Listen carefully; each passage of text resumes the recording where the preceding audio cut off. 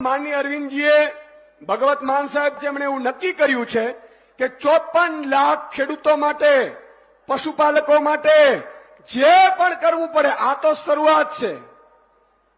अभी ये तो ट्रेलर है, पिक्चर अभी जोर થી બોલો पिक्चर अभी। મિત્રો આ એક સભાની શરૂઆત છે।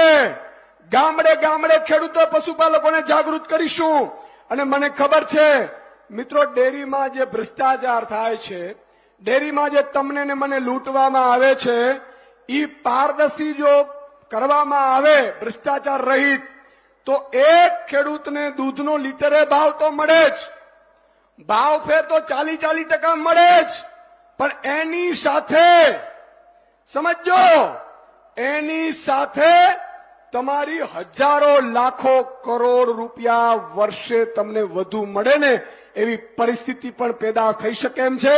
અમે અભ્યાસ કરી રહ્યા છીએ। એકવાર તમારે હવે 35 વર્ષ પહેલા બદલાવાનું નક્કી કર્યું હતું એવું બદલાની નીકળવાની ભાવના સાથે નક્કી કરવાનું છે। મને ઘણા બધા લોકો મળવા આવે છે। હમણાં પલ્સ કંપનીમાં લૂંટાયેલા બિચારા લોકો પણ છે, હે ને? કેટલા લોકો છે?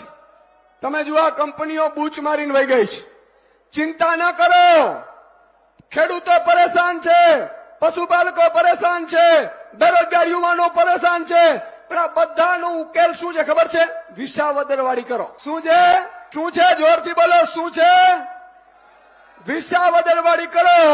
વિસાવદરવાળી કરો એનો મતલબ ભાજપને લાત મારો, ઝાડુને આમ આદમી પાર્ટીના નેતૃત્વને લાવો અને તમારે જે પણ સમસ્યાઓ પ્રશ્નો છે એનો 5 સાલમાં ઉકેલ લાવો। બાકી બધી ફરિયાદો મૂકી દો, હવે આવેદનો મૂકી દો, રજૂઆતો મૂકી દો, બધું થઈ ગયું। કોઈ પાસે આશા રાખવાની જરૂર નથી। તમે વિચાર કરો, વિસાવદરમાં માનનીય ગોપાલભાઈને જનતાએ 3 ગણી લીડથી જીતાડ્યા। આવું બધે કરવાનું છે કે નથી કરવાનું? હાથ ઊંચો કરીને મને વચન આપો, પછી મારું પૂરું કરું વચન। પાકું પાકું કરવાનું છે?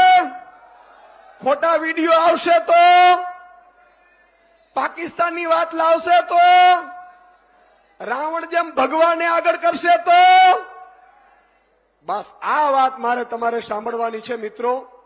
એટલું જ તમે ધ્યાન રાખજો। અમે હાયરા, ફરીથી જનતાએ જીતાડવાની શરૂઆત કરી।